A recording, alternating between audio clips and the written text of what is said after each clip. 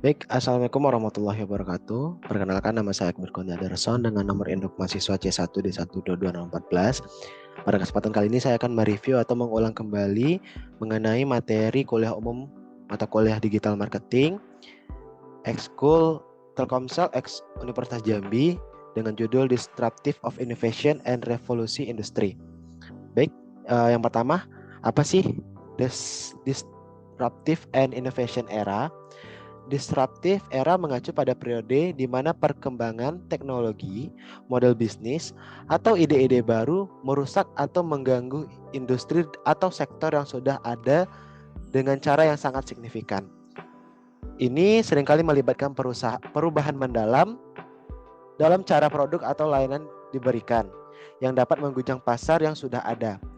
Kemudian inovasi era adalah periode di mana terjadinya penciptaan dan adopsi ide-ide produk atau solusi baru yang secara positif mempengaruhi cara kita bekerja, berinteraksi, atau menjalani kehidupan sehari-hari. Inovasi ini dapat mencangkup perubahan besar dalam teknologi, proses bisnis, atau cara kita memenuhi kebutuhan yang berdampak positif pada masyarakat atau pasar. Kemudian, peran teknologi dalam disruption area. Oke, yang pertama yaitu solusi baru. Teknologi menciptakan solusi baru untuk masalah yang ada, bahkan menciptakan masalah baru yang perlu dipecahkan. Kemudian, ada peluang bisnis dengan adanya teknologi atau inovasi teknologi membuka peluang baru untuk bisnis baru dan mengganggu industri yang ada. Kemudian, efisiensi dalam produktivitas berbagai aspek bisnis, yaitu teknologi meningkatkan efisiensi dan produktivitas dalam berbagai aspek kehidupan dan bisnis. Kemudian, percepatan perubahan dalam berbagai sektor. Teknologi mempercepat laju perubahan dalam berbagai sektor dan mendorong adaptasi cepat. Kemudian, ada konektivitas, yang mana teknologi menghubungkan orang dan perusahaan di seluruh dunia, memfasilitasi kolaborasi dan inovasi lintas batas.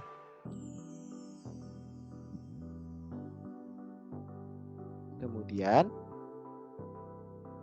ada beberapa perusahaan yang menerapkan disruptive innovation di Indonesia. Contohnya Gojek, yang mana kita ketahui Gojek bergerak di bidang transportasi, yang mana sebelumnya ojek itu dilakukan secara konvensional dan secara offline, bertransformasi menjadi layanan online yang dapat kita laksanakan atau kita akses melalui perangkat digital. Kemudian juga ada Telkomsel, yang mana awalnya cuman provider, sekarang juga sebagai penggiat digitalisasi di Indonesia. Kemudian juga Halodoc dan Tokopedia.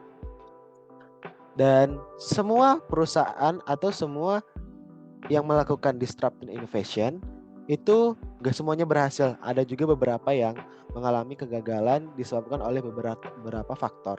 Contohnya saja Kodak, kemudian MySpace, Nokia, dan Altavista. Selanjutnya itu ada revolusi industri, yang mana seperti kita ketahui kita sekarang berada di revolusi 4.0, yang mana itu juga adalah lanjutan atau dalam proses revolusi industri dari yang sebelum-sebelumnya. Ada industri 1.0, kemudian 2.0, 3.0, dan 4.0 yang kita rasakan seperti sekarang.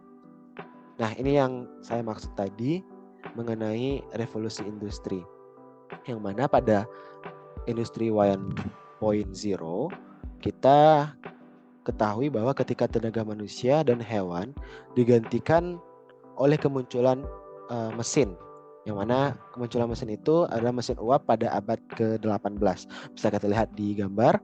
Kemudian juga ada industri 2.0, yang mana kemunculan mobil, pesawat, telepon itu diproduksi secara massal dan dapat digunakan oleh masyarakat banyak.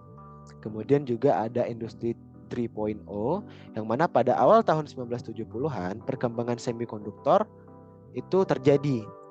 Kemudian juga awal dari teknologi internet, penggunaan elektronik dan teknologi informasi untuk otomatisasi produk. Nah, yang terakhir ada industri 4.0 yang mana kita rasakan seperti saat ini, seperti sistem cyber fisikal, kemudian konektivitas manusia, mesin, dan data semua mudah dan ada di mana-mana, atau yang lebih kita kenal sebagai Internet of Things. Kemudian ada inovasi disruptif. Oke, selanjutnya itu ada seberapa penting sih industri 4.0 atau 4.0 ini. Tentu industri ini sangat penting karena dalam konteksnya industri ini adalah perkembangan ekonomi dan teknologi di seluruh dunia. Yang mana revolusi industri yang didorong oleh perkembangan teknologi digital, komunikasi, dan otomasi yang telah mengubah cara bisnis dan produksi dilakukan. Adapun ini yang menyebabkan industri 4.0 itu penting, yaitu meningkatkan efisien produksi dan produktivitas, kemudian mendorong inovasi produk dan kustomisasi massal, kemudian juga menciptakan peluang bisnis baru, meningkatkan keamanan industri dan keamanan cyber, berkontribusi pada berkelanjutan lingkungan, kemudian meningkatkan kualitas hidup dan mobilitas, dan yang terakhir, memelihara daya saing global. Selanjutnya, ini adalah generasi teknologi seluler yang mana pada awalnya seluler kita atau jaringan kita itu hanya 1G atau 1G yang mana diperkenalkan pada tahun 1979 menggunakan sistem analog bernama AMPS. Kecepatan maksimumnya adalah 2, kilobyte per second. Kemudian hanya dapat melakukan panggilan telepon dan kualitas teleponnya buruk, boros baterai dan tidak terenskripsi. Kemudian berkembang menjadi 2G yang hadir pertama kali pada tahun 1991. Terdapat fitur SMS dan MMS, kemudian suara panggilan lebih jernih, dan kecepatan maksimum itu meningkat menjadi 473 kilobyte per second. Nah, seiring perkembangannya waktu, jaringan seluler kita juga semakin berkembang, yaitu 3G. Itu diperkenalkan pertama pada 2001 dengan kecepatan hingga 5,76 Mbps. Kemudian juga mulai terdapat layanan internet seperti browsing, pengiriman email, streaming video dan musik, video calling, berbagi data, dan teleconference. Nah, kemudian juga berkembang menjadi 4G, diluncurkan pada tahun 2009. Lahirnya ini menjadi konten kreatif dan startup digital. Kemudian Preloved jadi LTE Advance, kecepatannya menjadi 1 GB per second. Kemudian tersedia streaming video HD, game online tanpa lag, kemudian juga upload dan download yang singkat. Nah, ini adalah tahapan atau perkembangan dari teknologi seluler yang paling canggih saat ini, yaitu 5G, yang mana data rate hingga 20 kali lebih cepat dari sebelumnya, yaitu 20 GB per second. Kemudian juga latensi 10 kali lebih rendah, 1 mm per second. Kemudian juga 1000 kali lebih cepat dari 5G. Dan tidak hanya layanan mobile bandwidth saja untuk konsumen, namun juga ada industri 4.0. Kemudian juga, nah itulah tadi pembahasan mengenai disruption innovation era dan revolusi industri juga dan generation of cellular. Kesimpulannya dapat kita ambil, era inovasi disruptif adalah masa di mana teknologi baru merombak cara kita berinteraksi dengan dunia, seringkali dengan menghadirkan produk atau layanan yang lebih terjangkau, mudah digunakan, atau lebih efisien daripada yang sudah ada. Kemudian industri revolusi adalah periode penting dalam sejarah di mana cara kita membuat, berkomunikasi, mengkonsumsi barang, serta mengkonsumsi jasa mengalami perubahan yang mendalam. Contoh revolusi ini termasuk revolusi industri pertama dengan mesin uap, dan revolusi keempat dengan teknologi seperti internet, kecerdasan buatan. Nah, untuk generasi teknologi seluler mencerminkan perkembangan jaringan seluler dan perangkat mobile yang memungkinkan kita terhubung ke internet dan menggunakan aplikasi di ponsel.